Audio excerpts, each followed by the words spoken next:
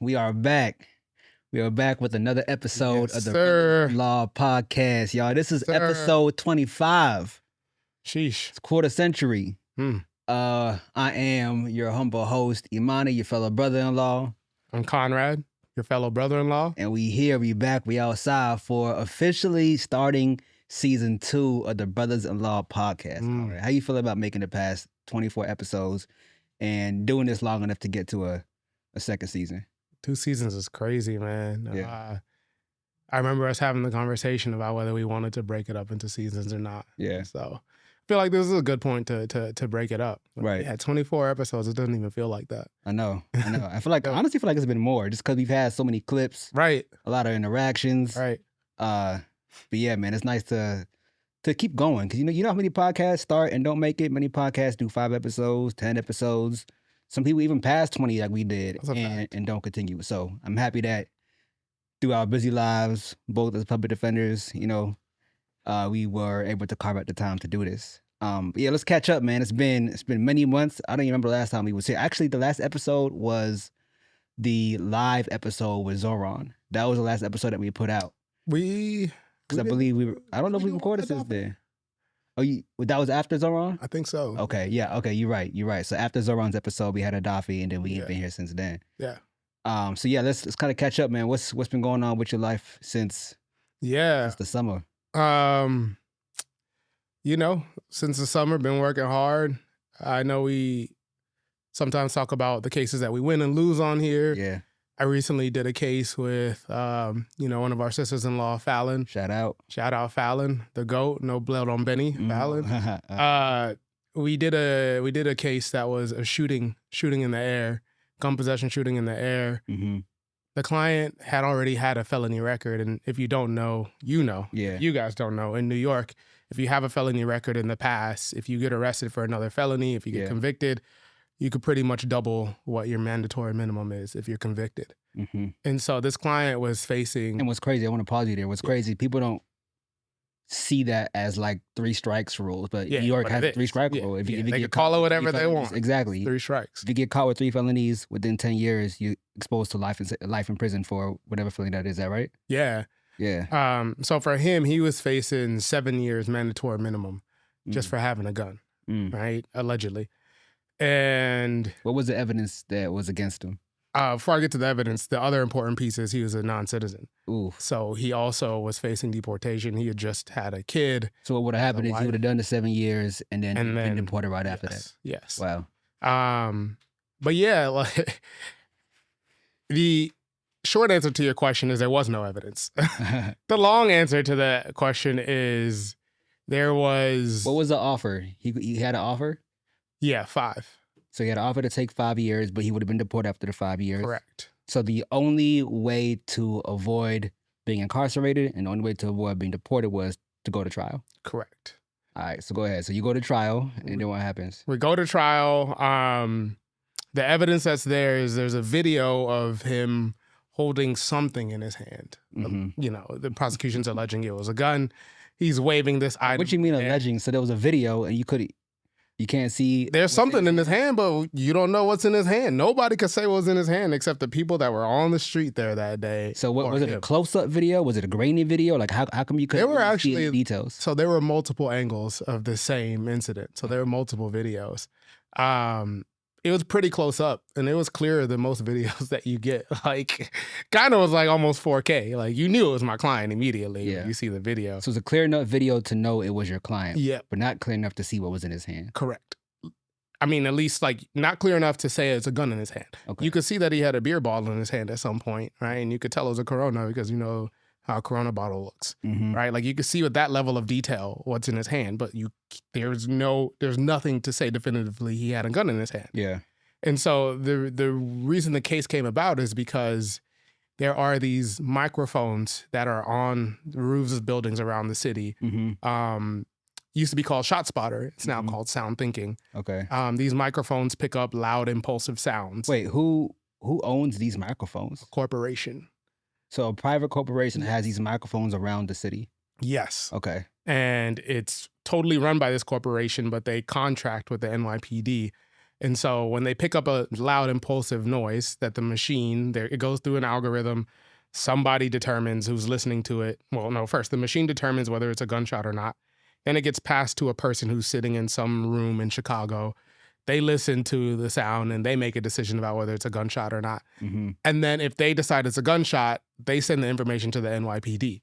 Okay. Right. And then the NYPD gets an alert and they say, oh my God, there's a gunshot. And then they go to wherever the sensors triangulate. But all this happens relatively quickly. You just broke down something that like seemed like it was many steps, but it happens quickly. Quickly. A big sound goes off and then someone processes the sound, determines whether or not it's a gunshot, and then communicates with the NYPD. Correct. Okay. So the NYPD gets this alert that there's a gunshot sound in the vicinity of the area where my client was alleged by the prosecution to be. And so they go to this area. First of all, they get the wrong address first. They like don't know their head from their asses, and they're going like back and forth trying to figure it out.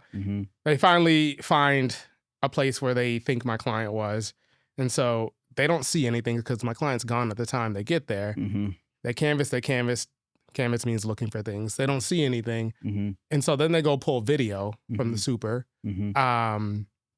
Actually, before they pull the video, they find 3 random shell casings, aka 3 spent bullets. Okay. You know, in different areas around like this vicinity. Okay. Right? One was like near a fire hydrant. One was in the middle of the street. One was somewhere else. So shell casings would presume that a gun was shot. Presumably. In that area. Yes. You're not just going to have empty shell casings on the floor if a gun wasn't shot. Correct. But in the words of the detective of the case, shootings happen there all the time. Right? Okay. And so, they pull the video, and that's how they get the video that they think my client is shooting. That's the evidence they have. The shot spotter sound, this video, and these 3 random shell casings. There is no gun recovered. So there were no witnesses that were like, I saw this person shoot this gun? No witnesses. No witnesses made it to trial saying that they saw a person shoot the gun. And there were no witnesses on scene that said that either. Wow. And so, we go to trial, you know, and here's the rub about everything. When the sound comes in to the company, it is first deemed not gunfire. It is deemed not gunfire by the machine, and then a person listening to it said it's a gunshot. Wow. Yeah. Even though the prosecutor is saying he shot multiple times in the air. Yeah. Right? The sensors only pick up one impulsive loud noise, and it says it's not a gunshot. And so I don't think the DA saw that, wasn't really looking at that. And so the expert witness that the DA brought to talk about the shot spotter system, or the sound thinking system now it's called, when we asked him the question about this piece of information that deemed it not a gunshot, and he was stunned. You know, he was like, I mean, yeah, that's what it says. And it's with a 99% confidence level that it was not a gunshot. Wow. Right? And so here we are, the police are doing all this work and trying to like do everything to separate this family and deport this man off of something that is not deemed a gunshot. Right. All because they're assuming that they're making assumptions that there's a gun. Right? Wow. And so here's what's unusual about the case. You know, when you go to a trial on a case, a jury trial, when you are done with all the evidence, aka when you're done with all putting in all the questions, you're done with making your arguments, the case goes to the jury, right? Usually the jury makes a decision about whether someone's guilty or innocent. Right. But there is a mechanism in our laws where a judge could make a decision, you know what? I don't even think there's enough evidence for this to get to the jury. You know, this shouldn't even get there because I don't want the jury making the mistake of finding him guilty when there's not enough evidence to do that here. Right, right. And so this is not something that happens all the time in the Bronx in criminal cases, especially on a felony. Yeah, I've seen many trials when I was there, and I don't think any case was resolved at that level. Usually we make these arguments knowing they're going to get denied, right? And so we make the argument and the judge dismisses the case without even sending it to the jury, which is a huge, huge deal. And this judge... What's the official term for that? It's called a trial order of dismissal. Okay. Right? TOD is what we call it. And there are 2 times when you could do it. You could do it when the prosecution rests, right? Meaning when they're done presenting their case. When they're done presenting their case. No more witnesses. No more witnesses, and now it's the defense's turn to put on their case and their witnesses, right? And then you can do it after the defense rests. there is a legal significance about when you do it, right? Because if you do it, if the judge dismisses when the prosecution rests, then it is an appealable decision, meaning the prosecutor can go to a higher judge and say that the lower judge did something wrong.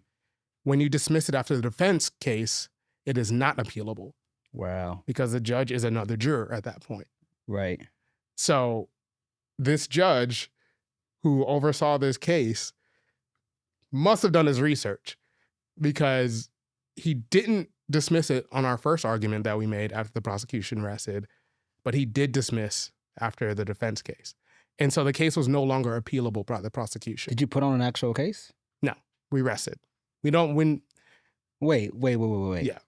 So the judge denied your argument to dismiss it after the end of their case. You don't present any additional evidence. Correct. And then you make the argument again. Correct. And then he grants the dismissal. Correct.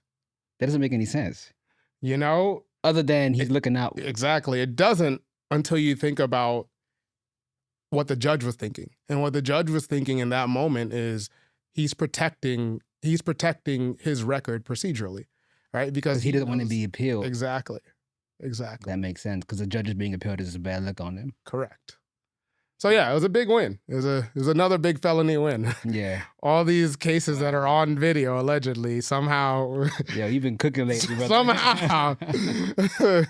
Yo, all right, man. It's. I wish I had as cool as stories as you have, but I don't, because I have left the office since we was last together. So you have. I know, that's my update. I am Left no me. longer. I think I'm always going to be public defender, but I'm no longer employed at a public defender's office. I am now at a law school. Yeah. Doing what's called a teaching clinic, meaning I am assisting another professor or director to train students in a defense clinic in law school. So like what a clinic is basically like an externship for third year law students, where, you know, your third year of law school, if you're not doing an internship or you're not working, you can do a clinic. And the point of a clinic is to get practical experience doing the thing you may end up doing once you graduate. So this particular defense clinic is to train people who are interested in being defense attorneys, but more specifically public defenders. And I enjoy it. Like I'm still doing the work because I'm still representing people accused of committing crimes. I'm still representing people who are indigent. I get to do it with juveniles now. I get to do it in Newark, New Jersey. So it's the same essence of work, but less volume, new city, new law. And yeah, kind of a new facet to the work, because now I gotta create rubrics. I gotta grade. Yeah. It's a different thing I really been exposed to, but I like it a lot though. That's dope though. I'm proud of you. I know, you know, you've thought about getting into academia a lot. Yeah. And, you know, it sounds like you're making the right moves in order to do that. I appreciate it. And it feels like it's like a perfect segue, because it's like I'm not jumping right into being a professor. Right. But it's giving me the opportunity to, like, if I like it, then I can really pursue this long term. If I don't, I can come back to the public defender's office, or I can do something else. So it really is like a buffer period for me. Yeah. And there's no one I'd rather be shaping the minds of young lawyers than you. So appreciate that. I'm proud of you. Appreciate you, brother. Yeah. All right, we ain't got time to really go into everything, but what are some topics that we have missed since we were last together? We missed the Diddy trial. I know. Yeah. I know the people really missed our, not just our commentary, but like our ability to break down some of the specifics of what went down with that trial. Jesus, man. Venezuela's happening. Can you just give a brief overview of the conflict happening in Venezuela? Yeah. So, you know, as of the day that we're recording this podcast, what is it now? 2 nights ago, Donald Trump made the decision to invade Venezuela and bomb Venezuela and then kidnap Venezuela's president, Nicolas Maduro. And he brought Maduro to the United States, to New York, to the Southern District of New York, and is charging him with drug trafficking and human trafficking crimes. So he's being charged and prosecuted in the U.S. legal system, even though he is the elected leader of a completely different country. Okay. You know, in my legal opinion. It was a violation of international law. Yeah. It's a violation of U.S. law because he didn't get congressional authorization to do it. He actually told oil corporations that he was doing it, but didn't tell Congress. And international law, you know, it's pretty clear you can't just invade a country and steal its president. Yeah. Like, it's just like very clear. And morality says you shouldn't do that either. Right. But what I'm learning is that the way, like, if you get in trouble in the U.S., the police can come and handle that. Like the law enforcement that governs international law doesn't really have the firepower to hold it's tough violations of international law accountable, like what the U.S. is doing right now. Yeah, it's tough because, you know, U.S. is such a powerful actor and is such a powerful actor in a lot of these international bodies that it's kind of hard to check the U.S., which is a reason why the U.S. doesn't sign on to a lot of international treaties. Yeah. Right? Because they don't want to be bound by any of those laws. But, you know, at the end of the day, like, listen, the Nazis thought they were too powerful for international law and their chickens came home to roost, you know? So Netanyahu has an arrest warrant out for him from the ICC. Yeah. You know, so even if you think international law doesn't exist, it does. And I took international law in law school, and I talked to a judge who was on like the International Human Rights Court. Yeah. And I kind of mentioned the same thing to him, and like he looked me dead ass in the eye, and it was like, international law is law. Yeah. It is. Yeah. Right? And so like he was pretty much telling me like, yeah, you could try it if you want. Yeah. Eventually your chickens are going to come home to roost. Yeah. And so, yeah. But yeah, you know, Trump did this under pretenses that Maduro is a dictator and, you know, is killing his people and is trafficking drugs. He made fentanyl, you know, a weapon of mass destruction. Trump did. Yeah. What is the communicated consensus of the people of Venezuela as it relates to their opinion of Maduro? Because like I've seen mad videos of folks saying like, you know, he's a dictator, we're glad to be freed of him. And I've heard people who are still upset about being invaded. Yeah. It seems like it's not as complicated because he was an authoritarian in many people's eyes. He was a dictator. And yeah, I've seen a lot of people make videos from Venezuela saying that he was, we're happy he's no longer. So I will say there are two sides of that argument, right? There are people who are going to say that he was a dictator. There are people who are going to say that he wasn't a dictator, right? There are people who love Nicolas Maduro. He was elected democratically. Right, he was elected democratically. Although some people would say he stole the election. Exactly, right? But the most previous election cycles were overseen by international actors. Okay. And they said that they did not see any fraud or anything wrong with the elections that took place, right? And so as you're kind of seeing now in the U.S., you have Trumpers saying Biden rigged the election, right? You have people on the left saying Trump rigged the election. That's true. Right? And, you know, it's a similar thing, right? Now, I know Latin America has a history of people actually trying to, you know, steal elections, but it's a similar thing. The opposition party is saying that it was stolen because they lost. Yeah.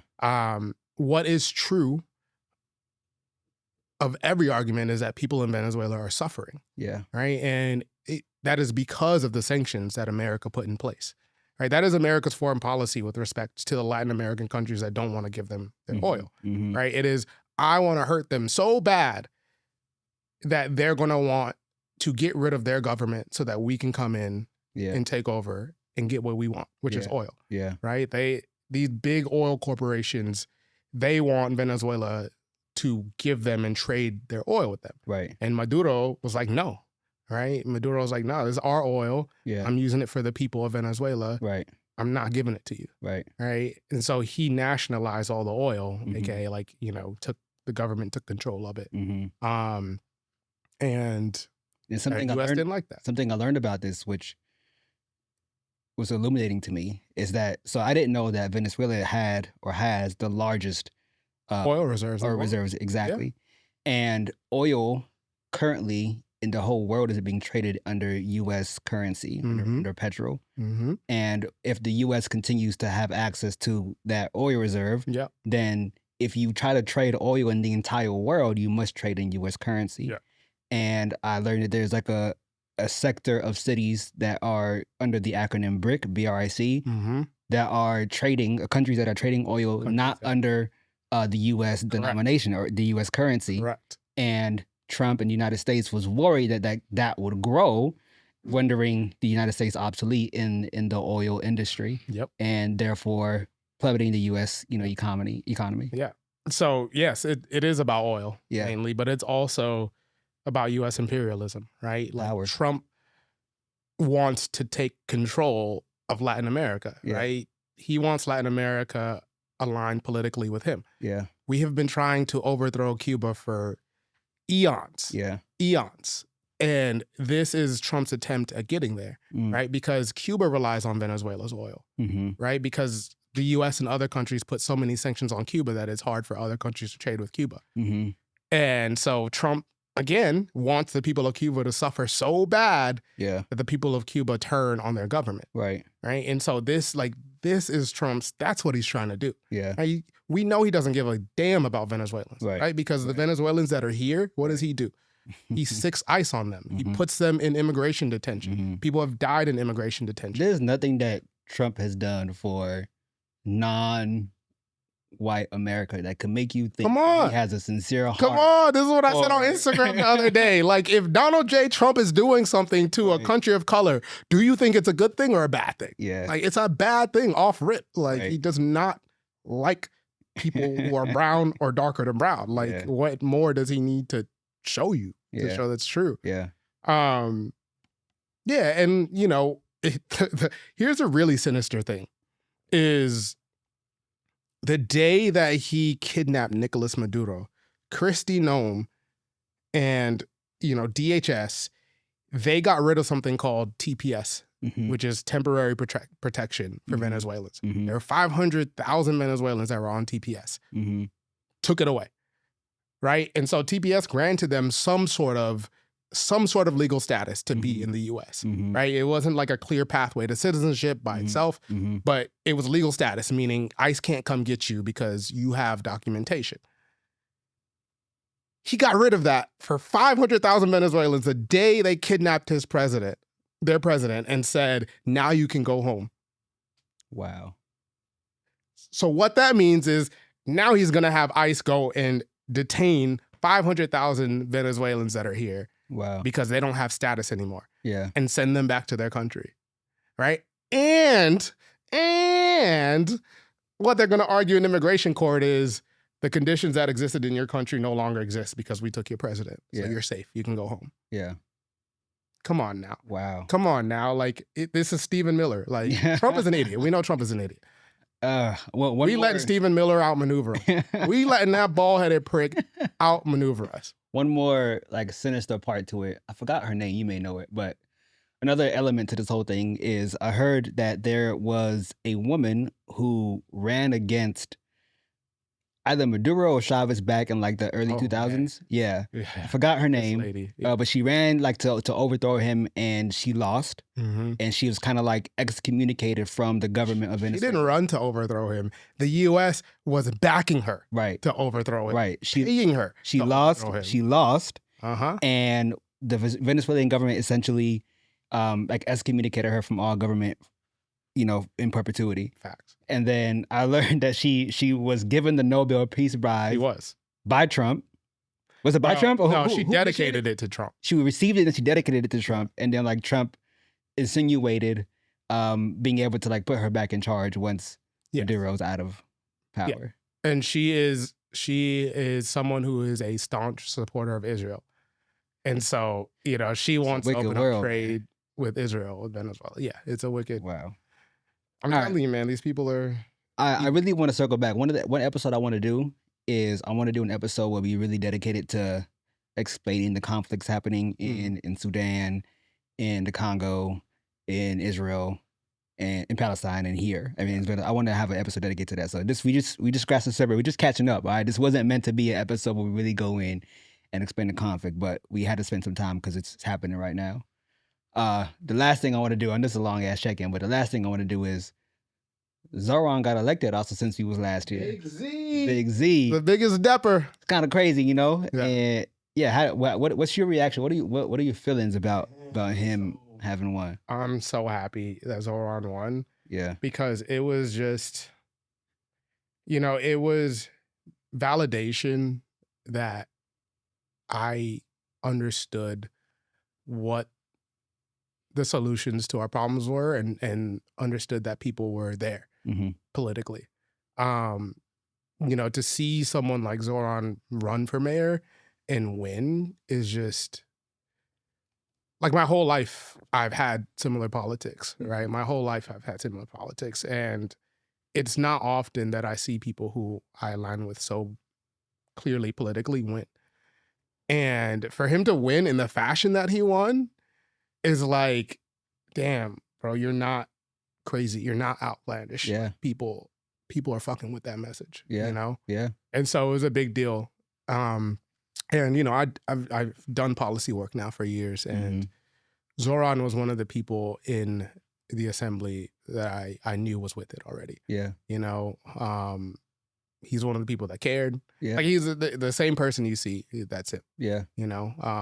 So I'm very happy. I'm very, very happy one. And we've already seen he's like, 4 or 5 days, 6 days, I don't know, into his mayorship. And he's already done so many great things for New York that Eric Adams didn't even begin to do in the years that he was in office. Yeah. So he's really like that, bro. He's really like that. I mean, I share all the sentiments. I haven't been as politically engaged as you have been growing up. So like I don't think it moved me in the exact same way, but I still also was very moved just seeing a person who was 2 years older than I am, someone who's born in Africa, someone who's Muslim, someone who's brown, have this role. I was like, wow. Yeah. And I've had the opportunity to actually interview him in Harlem, to be able to invite people from Harlem to come and talk to him and kind of grill him like, hey, yo, what you gonna do for us? Like, to be able to have played a role in that, even if we only, convince 1 or 2 people to vote for him who weren't already gonna vote for him. Yeah. I still think that's pretty cool to have been like a that change. He solidified me when we asked him who his favorite rapper was, and he said Lupe. He said Lupe, man. I was like, all right, you actually listen to rap. I thought he was gonna give me some like Drake. I was like, all right, Lupe, all right. Lupe's an answer you're only gonna get from somebody who's really a hip hop fan. Yeah.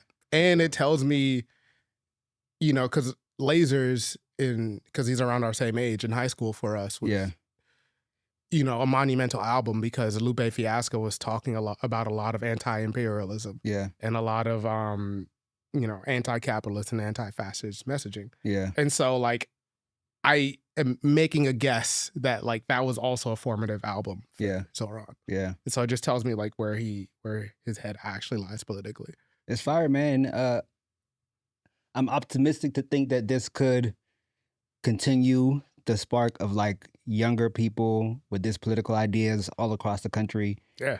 Finally like taking the shift in who is, at running our country, running our states. I think, AOC and Bernie and them, I think they did a really good job at popping off the movement. Yep. And I feel like we're still going up the hill, but I think this was a huge effort in that right direction. Yeah. Give New York credit though. New York been holding it down. Yeah. There's a lot of actual good-natured, real left-leaning politicians who have been winning in New York. Yeah. And so it's a lot of credit to the organizing work that's going on in New York. Yeah. Speaking of, I think it is a perfect segue. So we are here for a particular reason, and it's because my man Conrad actually has an announcement he wants to make, and then we want to discuss that announcement. Me? So yeah, Conrad, what's the announcement that you have for us? I am running for office. I am running for state assembly in Harlem. State assembly in Harlem. Congratulations, by the way. Appreciate you. That's exciting. Yeah. Exciting is one word to use for it. A lot of other adjectives. Yeah. Wow. All right, let's get to it. What is a state assemblyman? What do they do? Yeah. What does that mean? A state assembly member is a member of one of the 2 houses of legislation in New York, right? You have the Assembly and the Senate, kind of like the federal government. You have Congress and Senate, right? And so the state assembly is the lower. Wait, isn't Congress, Senate, and the House? House is the Congress. House is the Congress. Okay. It's so much out. Go ahead, break it down for me. But yeah, so the state assembly is the lower tier of the 2 houses, right? Because there's more assembly members. Right, so they have less power because there's more of them. There's more of them. There's 150 of them, and then you have the Senate, which is more powerful because there's less of them. And so they both are in the legislative branch, but just speaking about what assembly people do is, they pass laws, right? They set the budget, right? They control taxes. And they also are able to do a lot within their community in terms of, using their office to do community outreach and community organizing and community building. And they oversee some of the state agencies that are created. And so, those are the biggest powers that they have. Okay. That's what they do. So they're very important. Yeah. They're very important because they control your taxes and they control what bills get introduced and what bills get passed. They can override the governor if the governor vetoes something. Okay. So they're very important. How's that different than city council? City council operates on the city level. So city council can pass city bills. They can't pass state bills. Okay. Right? So a state assembly person or the state legislature, they will pass a bill that affects the entire state of New York. Got you. Right? Whereas a city just affects New York City. Kind of makes sense. City council represents the city. You got it. State. I knew you were smart. State. I knew you were smart. Cool. So what inspired you to run? You public defender for 7 years. What made you want to do this? This wasn't even on my radar. Yeah. I've known you for a while, and I haven't heard you talk about political aspirations. Yeah. And I always thought maybe be public defender for life. I know you were interested in policy, so I know you had your ear to politics in general. But what inspired this run? Yeah, it's crazy, man. Like I like policy, right? Like I like trying to change laws, right? And I like tinkering with words inside of the law. And I've always liked politics growing up. Just like I've liked political theory, I guess is what I would say. The ideas behind certain politics. I was recruited to run. And I didn't know it at the time. Me and you, we together and a couple of our other friends, we helped unionize our office, right? And we've been in various leadership positions in the union ever since. And so we started the union. That's true.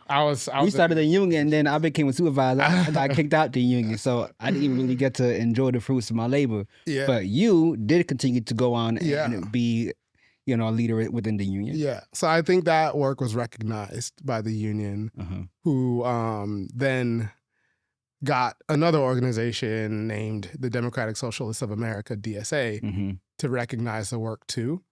And they kind of triangulated, and together they recruited me and convinced me that I should run for office. And I was like, at first I was like, wait, hold up. Like, what you mean run for office? Me? Like, do you like, whenever I had these conversations, I was trying to tell people like, I don't know. Like, I don't know if I'm ready. Like, I don't know if I have the types of connections that you need. Like, I grew up poor and I'm from the hood. Like, I don't know. Like, what made you say yes? I was convinced that it was the way to build power for people right now. And seeing Zoran win, it kind of like, it was like, okay, yeah, this does seem like the way to build power. Because yes, Zoran won. But like him winning the mayoralship is not the end all be all, because there are people who don't want him to succeed. Yeah. There are people who didn't want him to win. There are people that don't want him to succeed. Yeah. There are a lot of people with a lot of money who don't want their money to be fucked with, right? And they don't want Zoran in power because they know that Zoran has a people first agenda, which means he doesn't care about your profits. He cares about people. Right. They don't like that. They don't want him to win. Yeah. And so I was also convinced that like Zoran's going to need a lot of help for the stuff that he wants to do. And that help is going to have to come from the state level as well as the city level. And so if we have the chance to build power around Zoran, then it's now, right? When people are hungry and motivated and so deeply oppressed by the Trump administration that they are looking for a way out, right? And, this is that way to show people that they themselves have the power to take back this country, right? To take back this state, take back this city. Right. And so that's what convinced me to run. Okay. There is a lot we can do if we continue building power. Yeah. Continue building a movement, not only on the streets, but in the legislature as well. So. All right. So I understand the big picture of what an assemblyman does. My understanding is that assembly people are split into districts. Yeah. Right? So what district are you running for? 70. 70. 70. What borough does that fall? What Harlem. neighborhood does that fall in? Harlem World. What does it mean to you to be running for assemblyman in Harlem in particular? Man. Like after they recruited you, after you said yes, like what does it mean once it's set in that I'm running to represent at the state level Harlem? Dog. Harlem means so much to Black America. Has always meant so much to Black America, right? It was the mecca of Black America. I was Harlem shaking back in Texas, man. People was Harlem shaking, foot in Jersey, in New York. Dipset changed the whole world, but not even like even before Dipset, right? Like we're talking about like all of my favorite political heroes had something to do with Harlem. Malcolm X, one of my favorite political heroes ever. Yeah. Right? Was formulated. He was not born in Harlem, but formed and formulated in Harlem. Right? He was on the streets preaching that real shit in Harlem. Yeah. Right? On the stoops, on the steps. Yeah. Right? So much of the fact that we've named streets after him. Yeah. Right? You had A. Philip Randolph in Harlem. Yeah. Ella Baker. Like there's so many of the greats who came through Harlem or forged by Harlem. Martin Luther King came to Harlem, right? Like he was here preaching in Harlem sometimes, even though he didn't live here. Yeah. Malcolm brought Fidel Castro to Harlem, right? Like Harlem means so much to Black political radical activism. Harlem and Chicago both. But Harlem also drove the culture forward, right? Like we know a lot of very famous poets, authors lived in Harlem, right? And were forged in Harlem. So it's always been the driver of our politics, always been the driver of our culture. Yeah. You know, it means that much to me. And that's why I live in Harlem, right? Like, because like I've always viewed myself as someone who wants to continue pushing that radical envelope forward. Right. And so it means a lot. Yeah. It means a lot. Wow. All right. Are you okay? So I know when you're running for a seat like this, you can be running unopposed, you can be running for an open seat, and you can be running against an incumbent. Can you explain what those three categories are? And then you can break down what your circumstances. Yeah. So also shout out to Marcus Garvey, another one of my favorites. Can't forget. Who was in Harlem. Yeah. But if you're running unopposed, that means nobody is running against you, right? So, you know, you're running by yourself. You're going to win unless nobody votes for you. Probably the easiest path. Yeah, the easiest path. Then there's an open primary, right? I'm running in the primaries, which means I'm running against somebody who would be in the same political party. So when there's an open primary, that means there's no incumbent. Everybody's running to take the seat for the first. Or like, so whoever was, let's say I was the assemblyman before you, I'm retiring. Right. Meaning that now the seat's open. Correct. So like mad people can now throw their hat in to represent. Correct. That would be what an open seat means. Correct. Okay. And then there's a path where you challenge the incumbent. And that's what I'm doing. So meaning someone's in that seat. The incumbent is a person that's already in the seat. Okay. And so that's what I'm doing. I'm challenging the incumbent. Who's the incumbent? Jordan Wright. Jordan Wright. Yeah. So I come from a culture that preaches, I'm rooting for everybody Black. Shout out Issa Rae. Shout out Issa Rae. I got a hoodie with that phrase on it. Facts. So like, let's say you weren't running and the person who was challenging Jordan was a white man. I'd be honest with you, my instinct would already lean towards Jordan, even if I wasn't even looking at the white person's political ideology. Yeah. But in this case, both of y'all Black. Yeah. So what separates you, a Black man who, quite frankly, ain't from Harlem, facts, versus Jordan, who is a Black man, who was born and raised here? Yeah. So I think what separates us is what motivates us to be in that position, right? Jordan's father had that seat for a very long time. He is now in that seat, and his website says that it's time for the new generation to have a seat at the table, right? So what motivates him is continuing his family's legacy and building power for his family. That's an assumption. You don't know that that's his motivation. That's what you're based off of what you heard, seen, or what he's put out there. Correct. Gotcha. Right? what I've heard, that's all the evidence. That's the evidence we can have, right? Is what we see, right? What our tactile, or what we can hear, see, and touch. Okay. Right. And I say this because while him and his father get more powerful, the district gets left behind, right? The district has suffered for generations now, right? Suffered in what ways? I mean, we know that poverty is real, but like if you're able to kind of like pull the covers over and explain exactly what suffering looks like under a political leadership, what does that mean? Yeah. So right now in Harlem, in this district that I'm running in, it used to be 77% Black. It's still predominantly Black, but it's now 45% Black. It's a big difference. That is how much Black families have been driven out of this district. And the argument is that political decisions are... Yeah, we didn't even get there yet. Yeah. Okay, my bad. Go ahead. Right? And a lot of the reason that this is happening is because it's just gentrification full scale, right? A lot of families who've lived in Harlem for generations are being priced out, right? A lot of international corporations are coming in and building buildings, knocking down buildings people used to be in. What you see now is, a bunch of random fires keep popping up everywhere, right? Random fires popping up everywhere and burning down buildings that are historic in Harlem, right? Small businesses, small Black-owned businesses are being pushed out, right? And we know that those businesses are what help drive the culture in Harlem forward too, right? And so people are being pushed out, new buildings are being built, but these new buildings are not being built and being given to Harlem's historical people, right? These buildings are coming in and they're charging astronomical prices that they know families who lived in Harlem cannot make, right? And so they are very clearly looking to attract a different base of people. Right? Not only that, but like when you put on top all of the economic suffering that has been happening in the country, right? Black families, they're poor right now.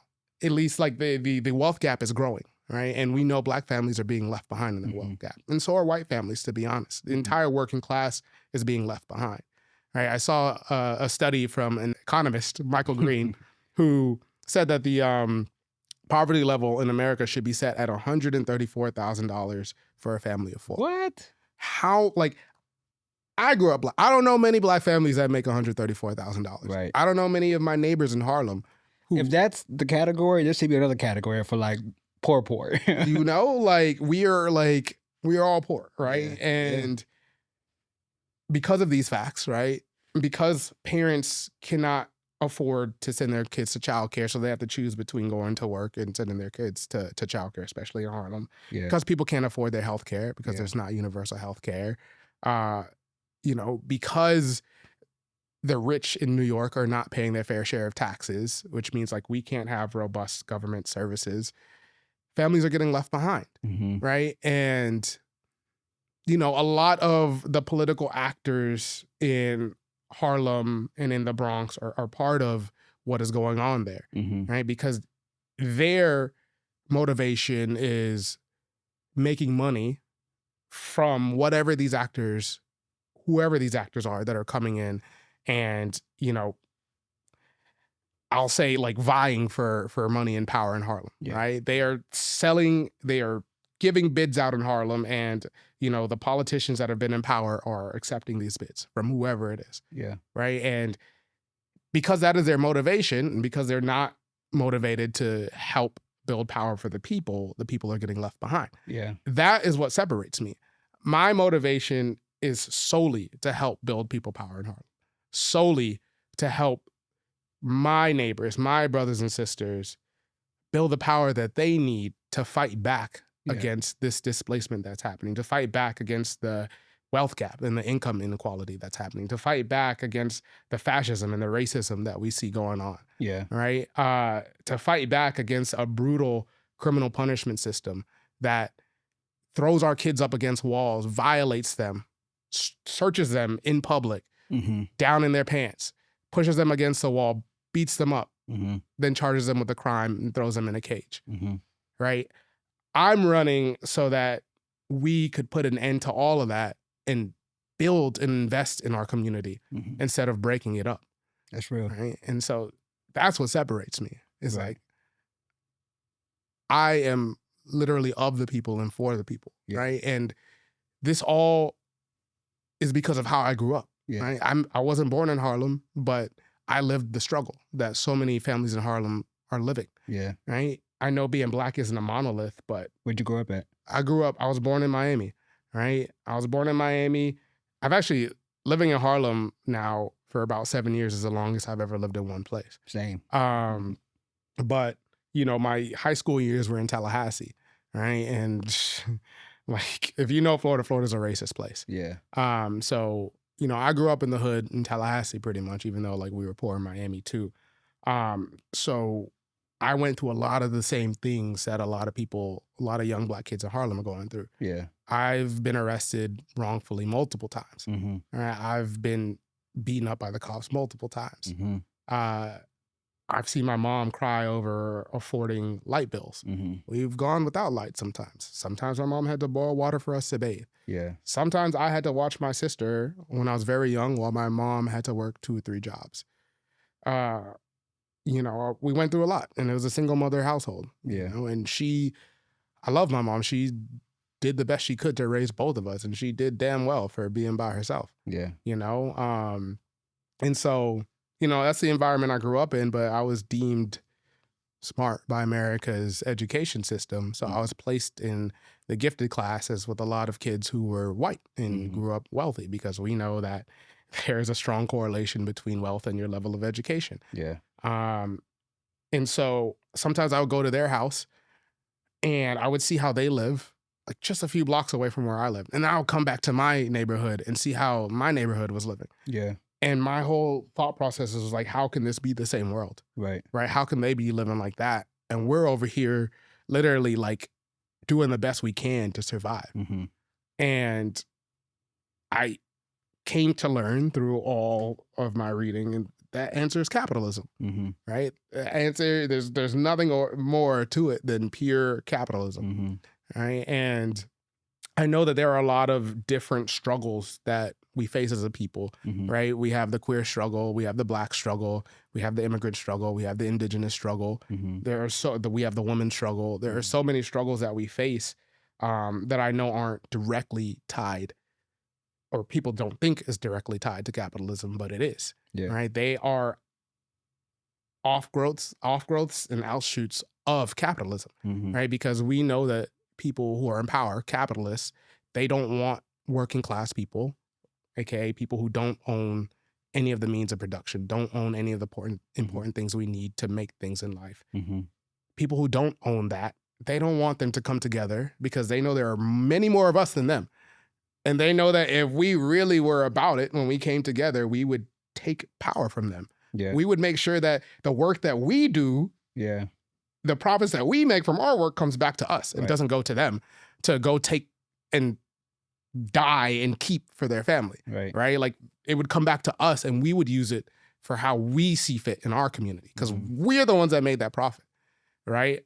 So through all my reading, I learned that, right? They don't want us to get out of any of these struggles. They want us to be so bogged down and burdened by all of these struggles that they do that to us, right? Like they oppress trans people, they oppress gay people, they oppress Black people, they oppress women, they oppress indigenous people, they oppress immigrants, so that we are so bogged down in those fights that we can't even begin to think about coming together to fight the class fight. Right. And so that's why all struggles are a class struggle. Because all these oppressions keep us poor. Because that's what they're meant to do. Right. They're meant to keep us. They don't want us to have the free time or the health or the education to be able to come together and be like, fuck y'all. You know, they don't want that. And so they make us fight all these other struggles. Well, I am an obvious biased voter. I already know I'm gonna vote for you, so ain't no need of convincing me. But I want to make sure that people can really get to know you more. So let's imagine a world where it's late November after the elections, and you've won. What is your vision for your district in Harlem that you are gonna promised to fight for during your campaign. Yeah. What's your vision? Yeah. So the platform right now, we're going to continue building it out because, like I said, I'm a policy nerd and I love all policy. Platform right now is obviously, we have to stop the displacement in Harlem. We have to fight the gentrification, and not just gentrification of families, but gentrification of small Black businesses too. And so the first part of that platform is stopping that displacement by, keeping people in the community. So making sure people can afford their rents, right? Making sure that landlords aren't doing these predatory things that they're doing that are kicking our community members out.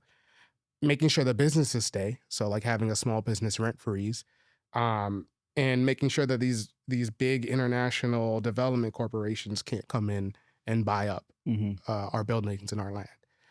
So that's stopping displacement. The second arm of it is, like I said, Zoran's going to need a lot of help in both the city and state legislature to get his affordability agenda across the line. And so the second part of it is that affordability agenda. We're going to tax the rich, right? They're gonna pay their fair share, right?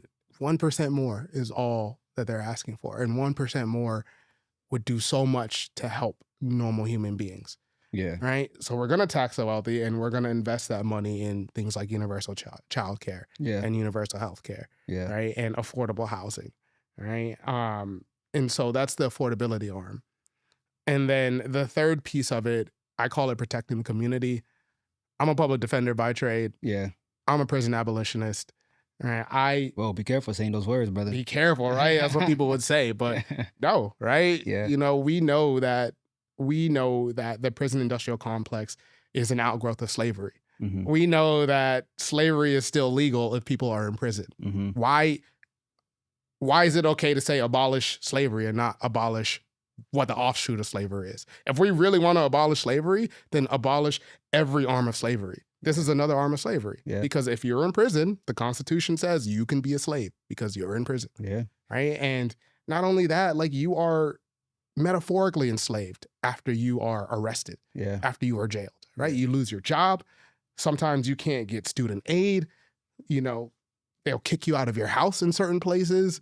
And so you are a slave to the system at the point that you're arrested. Right? And that's because of how our criminal punishment system works.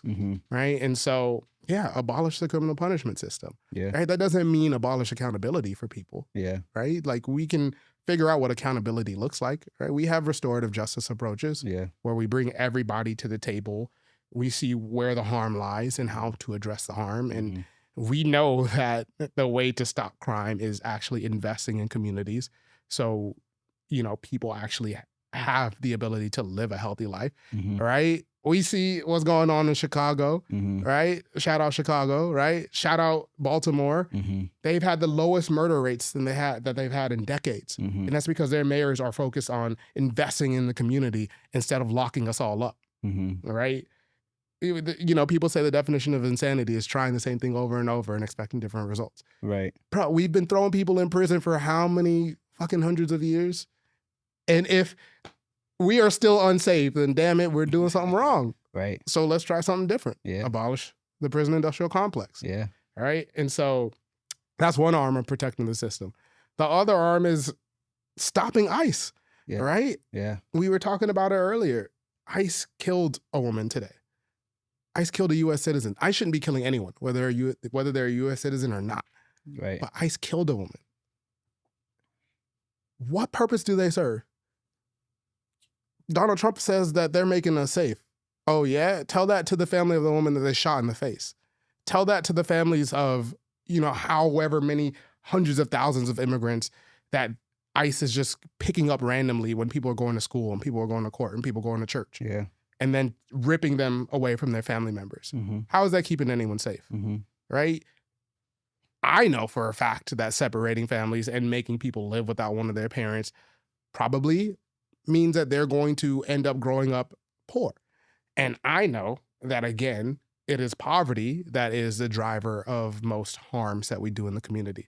So I know that if you're separating people from their family, there's a chance that you're making society less safe. right? So how is ICE making us any safer? They're not. Yeah. So it's stopping ICE, abolishing ICE, making sure ICE isn't in our communities, disappearing and harming our community members. And it's protecting Harlem from all of these insidious corporations that come in and burn down our buildings and knock down our buildings and knock down our historic family-owned businesses and make us drink dirty water, right? And breathe dirty air. Legionnaires ran through Harlem this past year. Yeah. Killed 7 people. I bet they heard nobody talk. Nobody said anything. Yeah. Nobody said anything or did anything until after people had already died. Yeah. Right? And this was happening it literally was happening not even a block away from where I live. Yeah. And I had no idea what was going on. Yeah. No idea. Why? Why did our leaders abandon us to that extent? Like, why weren't we outside raising holy hell every single damn day until they fixed the problem? Yeah. Why did we allow the city to lie to us for so long about what was going on? Yeah. Right? I learned that it was some unsupervised HVAC systems, meaning like there were these systems that, these corporations put up when they were doing construction. And every one of these systems is supposed to be registered when they do it. And then there were a couple that were not registered, which means nobody was checking on them. Nobody cared about them. And so they were allowed to just grow this Legionella, right? And then let it out into the air, right? And they were trying to tell us stop drinking water, blah, blah, blah, stop bathing. No, we're breathing the stuff in as soon as we walk by the hospital. Why was nothing done to stop this? Yeah. We have to make these corporations accountable for these actions. Right. Right? Like, if you put something out in the community and 5 people die, you shouldn't be a corporation anymore. And the people with the power to do that are our leaders. You've neglected your duties. Yeah. You should not be allowed to be a corporation anymore. Yeah. You killed 5 people. Right. I'm sorry, bro. If my client killed 1 person, he'd be in prison. Yeah. They killed 5 people. None happened. They're still operating. So, that's the last part of the platform, is running to protect Harlem from all of these corporations that do harm in our community. Right? And there's going to be a lot more. Those are the 3 main ones. But like I said, all of the struggles we fight are connected to the class struggle and keep us poor. So I'm going to fight all struggles on all fronts. Let me ask you this. One thing that's been difficult but fun for me in my new job is creating rubrics. I get to look at papers. I get to look at assignments and decide what I'm looking for that differentiates one from the other. So I'm pretty sure you're going to experience this a lot in the next couple of months, where you're talking to folks on the street, educating them about who you are, about the election. Let's say I'm a random person that you ain't never met before. And let's say I'm someone who, for the first time, is trying to be engaged in my local politics. And I don't really know what to look for. Like, yeah, you might see me, okay, you kind of cool, you kind of fly, got some nice kicks, you cool, black, you got locks. That's cool and all. But when I go home and I research Jordan and I research you, what rubric should I apply when I'm determining who I want to vote for? I mean, if you ask me, just look at the policy differences. But, the rubric... Meaning look at the policy that he supported and or not supported. Correct. Versus the ones that you supported. Correct. And or not supported. Correct. Right? The ones that I intend to sign on to day one, right? The ones that I intend to push and champion. Not just sign, but champion, right? Anybody can sign a bill, but it takes somebody who's actually championing the bill to look leadership in the eye and tell them we're passing it. Like this, I'm fighting for this bill, right? Like, you can sign a bill and then not fight for it. And that happens a lot. I've seen that a lot in my policy work. Yeah. And so, that's one rubric. The other rubric is like, watch and see how differently we operate. Yeah. I can't give away the whole game right here, but just watch and see how we operate. Yeah. I will never view myself as a politician or a legislator. I intend to be an organizer in office. Right? And so I want to help organize the community, and I want to help build power in the community. Yeah. Right? And so just, use that as your rubric. Like, which one of us is actually about building power? Yeah. One thing I would add is, as a voter, what's important to me is like visibility. Do I know who you are? Yeah. Like, I lived in that district many times, And I was a puppet defender the entire time I was living in Harlem. And I wasn't the most politically engaged, but I was at an age where I was trying to be more engaged. I wasn't necessarily Googling who my representatives are, but I was like, all right, I want to be a bit more educated about what's going on in my state and my city. And even with my, I would call it like minimal level of engagement, I didn't even know who Jordan is. I probably could have walked down the street and not recognized him at all, as you're the person representing me and my interests and my people. So I feel like one of the most basic criteria is he visible? Do you know who he is?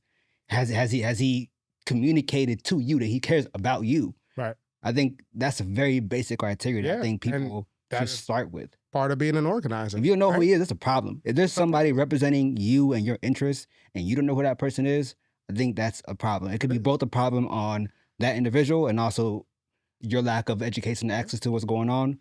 But that's an issue to me. Yeah. And you can't be an effective organizer if you're not visible in the community. Yeah. If people can't access you, if people can't meet you, if you can't meet people where they're at. Yeah. You know, so that's part of what I'm saying when I say watch and see how differently we build power in the community. Yeah. Right? Like, obviously it's going to take being accessible to the community. Yeah. And so, yeah, that's going to be the main difference. And also, you know, watch to see like what groups are supporting me versus what groups are supporting him. Right? Like, I was endorsed by the Democratic Socialist of America. That is a group, they don't just endorse anybody, right? There is a really well thought out democratic process that you have to go through to get that endorsement, which means people at very many different levels are vetting you, what you're about, what your policies are, and how they view what you're about to do. Right. I heard the people who have tried to get and they don't get it, right? And so that should be an indicator to somebody what we're about, right? My unions endorse me. UAW's endorse me. That is a big union. UAW Region 9A is a big union, and they are savvy and they are smart and their politics are in the right place. They were the first major union to endorse Zoran. Right, for mayor. So again, there are the people who have very good intentions about building power for workers, building power for working class people who will have endorsed me. Right. And we're going to continue to try to get other endorsements, but that should also be an indicator of it should be what is in one of the rubrics and should be going into your assessment of who would be a legislator that actually builds power in the community and who wouldn't be. All right, this last topic I want to touch is this. You mentioned it a couple of times. You mentioned DSA. You mentioned the Democratic Socialist of America. What does it mean? Word. Yeah. I feel like word in the middle. I mean, I'm a puppet defender, but I'm also Black. I'm also relatively aware of political ideology, political words, and polarizing nature of things. A lot of people hear the term socialist and get scared. They have a negative connotation to it based off of, history and propaganda. Where to start with this. What does it mean to be a democratic socialist? That's the first question. And second question is, why shouldn't people be so scared to use and embrace this idea of democratic socialism? I'm going to answer the second one first. Okay. Because it informs the answer to the first one. Okay. So for the second question, another one of my favorite political heroes ever. It's two of the main ones, Malcolm X, Fred Hampton. Fred Hampton said, socialism is the people. If you are afraid of socialism, you are afraid of yourself. Right? And that quote has meaning. And the reason I say it informs the first part is socialism is the people. All right. Socialism literally means the people being in charge, the people owning the important means of production. Now, means of production is these are words that very white men used in the 1800s, right? Right. All it means is the things that we need to survive, the things that we need to create, the things that we need to survive, the people should be in control of that. We should be making decisions about how that moves, how it's used, right? And who it goes to benefit. I mean, in a capitalistic world, that still includes people too. So Using the I mean the way I'm not advocating for capitalism. I know you're not. I'm just saying that in a capitalistic world there are still people that are making decisions. There are still people that are in power. So if the idea is the people, well, there are still people that are capitalists and still making decisions. So what makes you and me are lawyers? We know words matter, right? I said people, not human beings. Okay. I said the people. I didn't say human beings. Okay. Right. The people are people who are not capitalists. Right. The people are the normal people. Right? That's who the people is. And that's why I use capital P when I say the people. A lot of people are like, oh, you should lowercase it. Like, no, because I think it's a name, right? So the people. And the people is me, you, everyone in this room, working class people. Like, we do not own the means of production. Capitalists own the means of production right now. Okay. Right? And socialism is all about us owning it, us making those decisions. We know better to make those decisions. We are the people like that do the work. We are the people that live through this. Yeah. We are smarter than them. We know how best to help ourselves out, right? We know best how best to help our communities out. That's what socialism is. And democratic socialism is just another layer of democracy. You make it sound so simple and so positive. So why is there this negative connotation about it? Why is there this fear about this term socialism? Because people don't want us to take power. So they're going to tell us all of these nasty, ugly, different things about... You know what? To me, the purest form of what socialism was a people's free food program. The breakfast program that the Panthers did. What was evil about getting your community members together to give you food so that you can give children breakfast because they couldn't afford it? Yeah. That's what socialism is. What's evil about that? Yeah. What's bad about that? That's literally what socialism is. The community pools that we know exist where friends put in money together to have their friends use it as they see fit. That's socialism. Right. It's literally what Karl Marx said, from each according to their ability to each according to their need. So like if you have the ability to give right now, give. And the people that need it, take. And then when you need, the people that were taken before will give. That's literally what socialism is. Yeah. The reason that it's so demonized is because the people who have money don't want us to take their money away. Yeah. They don't want us to be in charge. They want to be in charge because when they're in charge, they get to sit on billions of dollars, right? And not give it back to us, right? They don't want us using those billions of dollars to build housing for ourselves. Yeah. They don't want us to use those billions of dollars to give ourselves healthcare, to give ourselves food. Yeah. And so that's why it's so demonized, because they know that if we have it, they're not going to have it. You know, that's why. Got you. I appreciate that. I feel like we got to have a whole nother episode where we really dive into the theory and topics of socialism and versus capitalism. And, you know, people are going to be like, weren't there socialist countries in the past and they didn't work? Yeah. Bro, like, if you said you were a socialist country, America, you know that 6ix9ine meme where he says, I stole that shit. Right? Like, that's exactly what America did. Anytime somebody said they were socialists, they're like, okay, oh yeah, you a socialist? Yeah. And we're going to see about that, right? And they put sanctions on so that the country can fail, right? Because they didn't want socialism to exist. They didn't want it to prevail. And so they're like, hell nah, we're not going to let that happen, right? So I can't wait to have that debate where somebody's like, weren't there socialist countries in the past? Blah, blah, blah, blah. Yeah. Can't wait to have that debate, so... All right, brother. We've come to the end, man. I want to first appreciate you. I know this is the beginning of your campaign and your schedule's already crazy. So I'm thankful for you taking the time to come and do this podcast with me. Yeah. I know it's been hard just to find time in general, and your schedule has now doubled and tripled since the campaign. So thank you, number one. Thank you. Of course. I'm glad that we're keeping this going because, you know, I've had so many conversations with people who said they've watched our episodes and they've taken from it. So. Yeah, it's important. I truly believe in the heart and essence of what we're doing here at the podcast and what we're doing in our respective lives. All right, so, you know, we end every episode with closing arguments. We lawyers, you know. Yeah. I'll go first. I guess I'll let you you bring us home. I guess one thing, it's hard for me to have this sentiment because I think I'm speaking from a place of like, I'm in the height of my interest in learning more about local politics. So I have a particular fire that I know not everyone is having right now.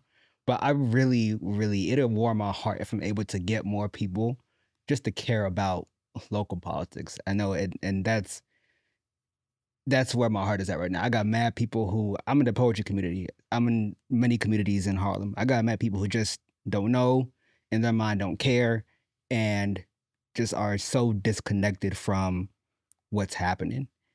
But one thing that I want to call people to is like, I think as an adult, you have a responsibility. You just do. You have a responsibility to care about yourself. Mm-hmm. I think as a human, you have a responsibility to care about the people who are around you, your family, etc.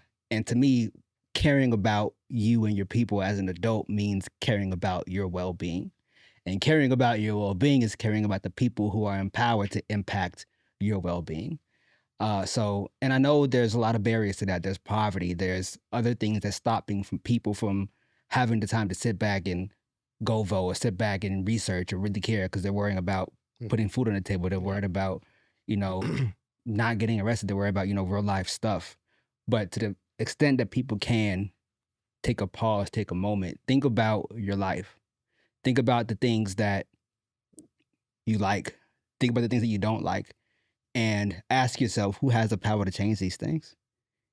The answer are the people that are in your local government and in your local office. And vote. Like, find out who is advocating for your interests, who's advocating for the things, who sounds like they care about you, and then go exercise your vote to get that person in office. And for people who don't think that voting is effective, Zoran just became mayor of New York City. A Muslim, brown, 34-year-old immigrant from Africa just became mayor of the most powerful, popular city in the world. So your vote does matter, and I don't want to hear that no more. Go ahead. Yeah. I'm actually going to change my closing argument based on what you just said. I think voting does matter, and I think it's going to be weird for people to hear someone who is running for office to say this. But I didn't actually like electoral politics coming up, right? I didn't think voting changed things, right? I didn't think the people in power wanted to change things. A lot of them still don't.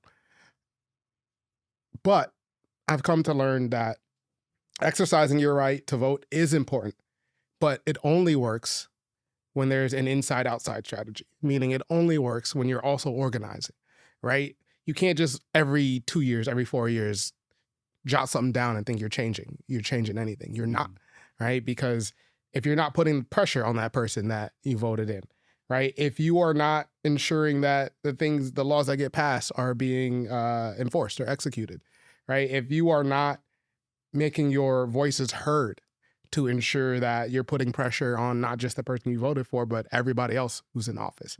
If you are not organizing your community to make sure you know where to take certain fights, because not every fight can be fought at the ballot box, right? Some fights are fought in the courtroom. Some fights are fought on the streets, right? You have to organize, because it takes all of that in order to make real change, right? You gotta bring the fight to every arena where the fight needs to happen. And the voting booth is just one of them. Eugene Debs, who is like, he ran for president, famous socialist who ran for president. This is how he views the electoral system, right? He views the trade union, right, as one union. That's the economic union, right? That is your work union, what you normally think of as a union. Like, that's where you go to build power and rights in your working sphere, right? But then he views like running for office as a separate union, right? And that running for office that's the political union, right? And you can't win here if you don't win here, because, he talked about judges getting in the way with injunctions, right? And kind of like saying, oh, I don't care if you build a union. I'm going to say, like, union, you can't do this. Go away, right? But then when you have the legislature come in and say, okay, judge, I'm going to write a law that says you can. What are you going to do now, right? So he viewed electoral politics as another arm of the working class, another tool to use to kind of buffer trade unions. And so that's what really got me to change my mind about electoral politics and how we can use them. Appreciate that.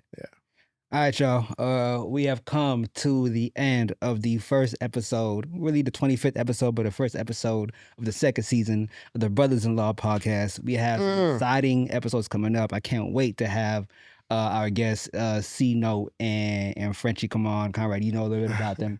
It's going to be a really important conversation to be had. But yeah, thank y'all for tuning in. You can find us on Instagram at For the Family PLLC. All our clips are on there. You can find us on YouTube and any other podcast platform at the Brothers-in-Law Podcast. Thank you for tuning in and see you on the next episode. Peace.